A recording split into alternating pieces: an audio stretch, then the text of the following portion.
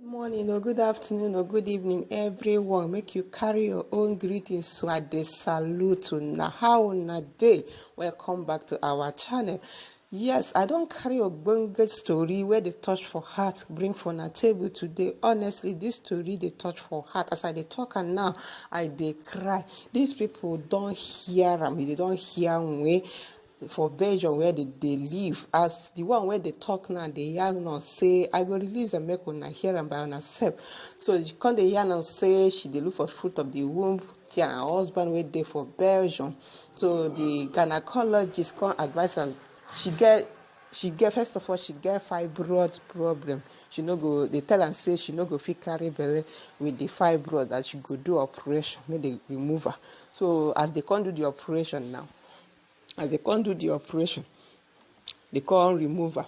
They can't make mistake, can't spoil something for her. The thing where they carry baby, where they call service. So now so they can't spoil, can't damage everything with her womb. So she can't tell them say she no go fit carry belle. So she can't beg with her sister-in-law. She can't help them do the one where they call surrogate. As the sister-in-law can't come now, the same hospital they can't spoil everything. As she can't they do, and I say 2 weeks before the thing, I don't know how they take do them, but they say they abandon the woman. As they can't leave the woman, so the woman carry the pregnancy. She want as she put to bed, they can't tell her one kind story, disease, sickness, this and that. Now so they do, the woman come paralyzed. Come there for wish. As she dey stand there, she say she dey for wish. She no fit stand up, she no fit poo by herself, and she get children wey dey home.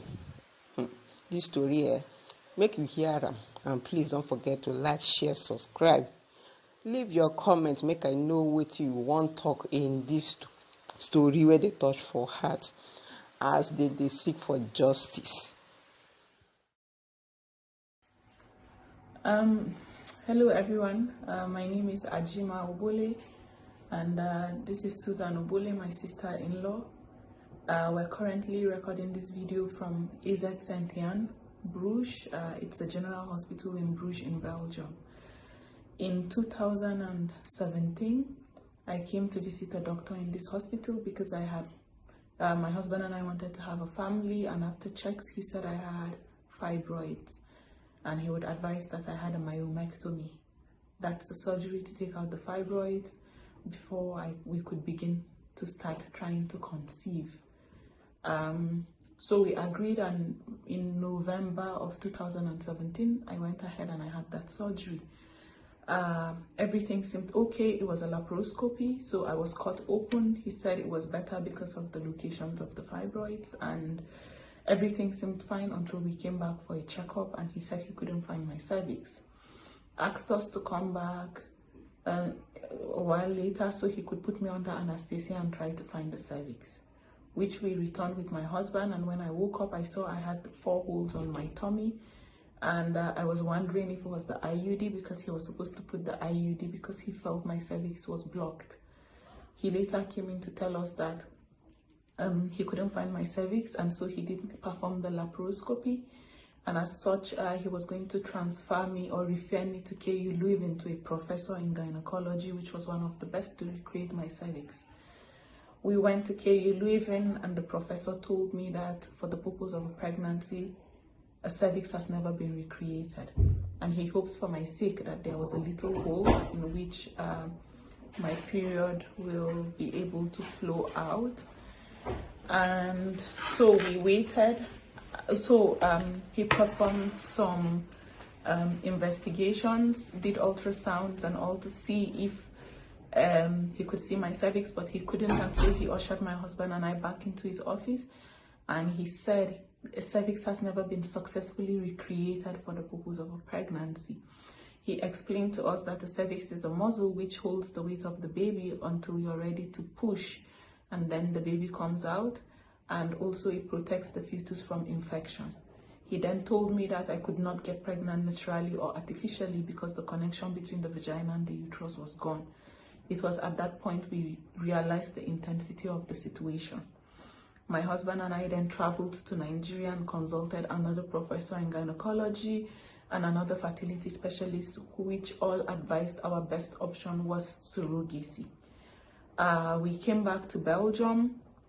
After returning back to Belgium, we had an appointment with another professor in University of Ghent, who is a gynecologist but specializes in reconstructive surgeries. We saw him and he offered to perform a surgery, but it was going to be 20% chance of success, and by success he meant to recreate a hole and not for the purpose of getting pregnant. If that was successful, then we would start to try to conceive, which I agreed, and I had a laparoscopy again somewhere in August in 2018. After the laparoscopy, a catheter was put for 10 days, and then we went back. He removed the catheter, and then we came back 2 weeks later for an IUD to be inserted. I was put under anesthesia, and by the time I woke up, his assistant came to inform us that the surgery wasn't successful. He was still in surgery, so he couldn't see us himself, and so he gave us an appointment in 2 weeks to discuss what I wanted to do, as also my body absorbing back my period wasn't good for my health. It can lead into some complications like endometriosis or probably even cancer of the blood. And so we left, and when we came back, he offered to try one more surgery, but I wasn't so sure as my body was exhausted, and I felt drained psychologically, physically, emotionally. After some thought, he told me to go and think about it and tell him what I wanted, and then we did, and then we came back and I decided to have another surgery, which was somewhat successful as I began to have my period, but after a while it stopped again and I only was spotting. And at the point I had to decide my life was more important than cutting myself and twisting the hand of fate, because I wanted to get pregnant by all means. And so we started to research the process of surrogacy and what it took. We found out our best option was America, but then we couldn't afford it because it was expensive, between $150,000 to $200,000. And in Belgium, surrogacy is complicated. It's a gray zone, and hospitals make the law on who they should take as a surrogacy candidate and not. My sister-in-law here, who is Susan, was then coming to Belgium to study, and so she offered to be our surrogate. And because she was going to be, she was resident in Belgium, it was already easy for us, because for you to be a surrogate in Belgium, you had to be legally resident in Belgium. So when she came, again, we started to look for hospitals, but no hospital will take us. And we came back to AZ Senyan in Bruges, which my error was made. And after embryo creation and a week to the embryo being transferred in Susan, the hospital backed out and said they wouldn't be proceeding, and no reason was given. No reason was given, and so in Colombia. Transfer, which we did in the first week of February, and then we moved back to Belgium, and Susan gave birth to our beautiful baby girl Imani Obole Spital on the 15th of October this year, 2020, sorry. But listen to Susan's part of the story, it even gets messier. Hi everyone, my name is Susan Obole. I had the baby on the 15th of October 2020. I opted for a cesarean, and I was told I have to take an epidural because I wanted the general anesthesia, and they said, oh no, in Belgium you have to take the epidural, which is safest. So I reluctantly obliged, and I signed the consent form because I did not want any complication or anything to happen with the baby.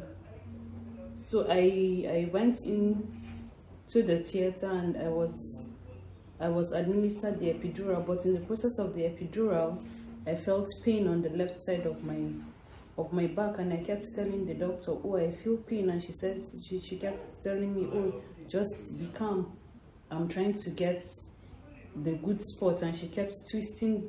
I don't know what she was twisting, whether it was the needle or there was something else attached to it, but it felt like a round device or something, and she kept twisting and twisting, and she kept telling me, oh, just be calm. And at some point, she actually found the point she claimed she was looking for, and I didn't feel the pain anymore.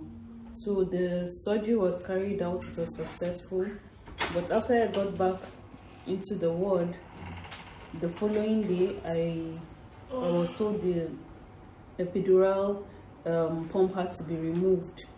So they removed the pump, and at about 8 o'clock, I was able to sit. Everything seemed normal, but my legs were having spasms. But I was told it would wear off. And then later that day in the evening, it all went south, and I couldn't feel my legs anymore. A lot of doctors came. They had to look for a neurologist to come and check. She came and checked and said, I have to go for an MRI. I have had 4 MRIs already. The first 2, they said, oh, we didn't see anything. But the third one, they said I had to have a lumbar puncture.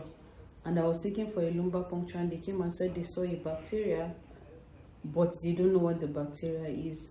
One of them even suggested, oh, maybe it's a disease from Africa, maybe tuberculosis or malaria or cerebral meningitis, and they carried out all the tests and they didn't see anything in my system.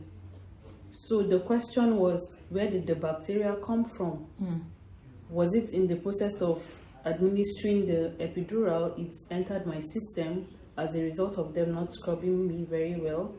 Or is it that the person who administered the epidural did not know her job? Or the instrument they used was not properly sterilized? And up till now, nobody has given me an answer.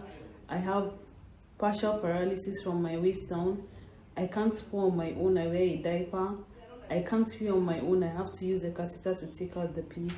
It's been so difficult, and I asked for an apology from the anesthesiologist, and she said, oh, it's a complication, when we had a meeting with the team of doctors that were all involved in the process. So now I have decided that justice must be served. I need justice for this. I came into this hospital, I was on my feet. I was only pregnant. I only came to have a baby. I was never sick.